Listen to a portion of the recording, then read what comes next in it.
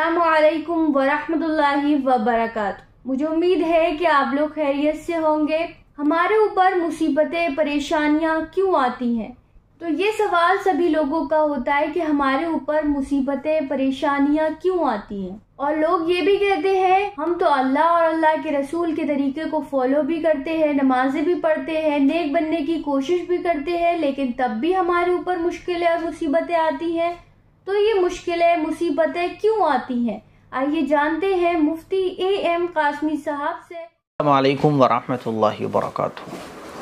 آپ لوگوں نے دیکھا ہوگا کہ جب ہم لوگ دین پر عمل کرتے ہیں اور اللہ کے رسول کے طریقوں کو فالو کرتے ہیں تو پرابلمس آنا شروع ہو جاتی ہیں۔ بعض دفعہ کوئی مصیبت آ جاتی ہے، کوئی حادثہ پیش آ جاتا ہے، اور کوئی اور نقصان والا کام ہمارے ساتھ ہو جاتا ہے، تو ہم لوگ سوچتے ہیں کہ یار ایسا ہمارے ساتھ کیوں ہو رہا ہے؟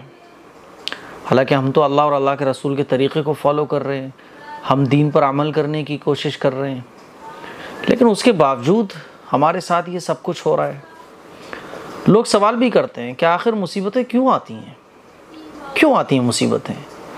اور یہ سمجھا جاتا ہے کہ مصیبت اگر ہمارے اوپر آ رہی ہیں تو اللہ تعالیٰ ہم سے ناراض ہے، اللہ تعالیٰ ہم سے خفا ہے۔ لوگ کہتے بھی ہیں کہ ارے یار ہم تو نمازیں بھی پڑھتے ہیں، قرآن بھی پڑھتے ہیں، دین پر عمل بھی کرتے ہیں، لیکن اس کے بعد بھی پتہ نہیں کیوں ہمارے اوپر ہی مصیبتیں آتی ہیں۔ کیوں آتی ہیں مصیبتیں؟ یہ مصیبتیں ہمارے اوپر کیوں آ رہی ہیں؟ میں ایک حدیث آپ لوگوں کو سنانا چاہتا ہوں، اور اس حدیث کو سننے کے بعد آپ لوگوں کو بہت سکون ملے گا۔ ایک صاحب کچھ دن پہلے میرے پاس آئے، کہنے لگے مفتی صاحب پتہ نہیں کیوں بہت مصیبتیں آتی ہیں میرے اوپر، کیا کرنا چاہیے؟ تو میں نے کہا اللہ سے دعا کرنا چاہیے اور صبر کرنا چاہیے، اور اللہ تعالیٰ سے دعا یہ کرنا چاہیے کہ اے اللہ میں اس مصیبت کو برداشت کرنے کے قابل نہیں ہوں، اے اللہ میرے اندر صبر نہیں ہے، اے اللہ میں حالات کا مقابلہ نہیں کر سکتا، اے اللہ میں کمزور ہوں، اے اللہ تو مجھے اور زیادہ مت آزما۔ یہ دعا کیجیے۔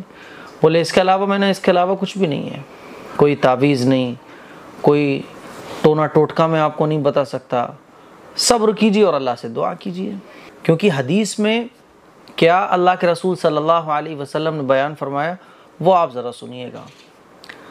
رسول اللہ صلی اللہ علیہ وسلم نے ارشاد فرمایا کہ جب اللہ تعالیٰ لوگوں سے محبت فرماتے ہیں تو ان کو مصیبتوں میں ڈال کر آزماتے ہیں، چنانچہ جو صبر کرتا ہے اس کے لیے صبر کا اجر لکھ دیا جاتا ہے، اور جو بے صبری کرتا ہے تو اس کے لیے بے صبری لکھ دی جاتی ہے۔ پھر وہ روتا پیٹتا پھرتا ہے ادھر سے ادھر۔